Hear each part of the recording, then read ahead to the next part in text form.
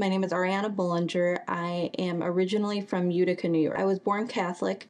I was a little more religious than some of my family members, or I always felt like I didn't know enough. So I started to seek out my own answers independent of the church and the influence of my family. My first encounter with Islam was actually probably hearing about it on the news, unfortunately, because the news doesn't always portray Islam. From just hearing the rhetoric on television, that it kind of raised a concern with me.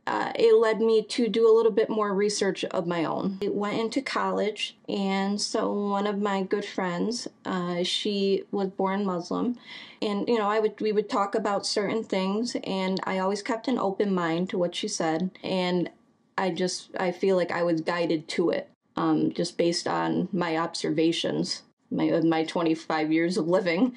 The moment I decided Islam was for me, I was working with some of my coworkers, and I had been talking to them about it, how I want to revert, and I wasn't quite sure how to do it. I know I had to say my shahada, but I wasn't sure if I had to say that in front of the imam or not.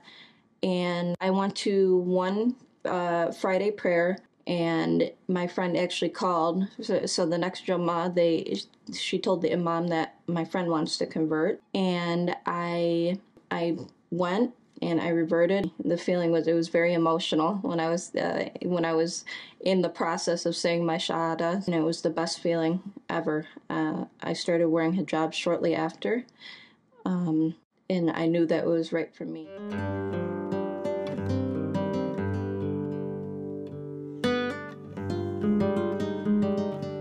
One of my biggest challenges was, giving up bad habits. Also trying to stick to praying 5 times a day, learning the proper way to pray in Islam, and learning the different surahs so I could actually pray correctly. I guess a surah that would resonate with me the most is Surah Maryam. I found it to be interesting.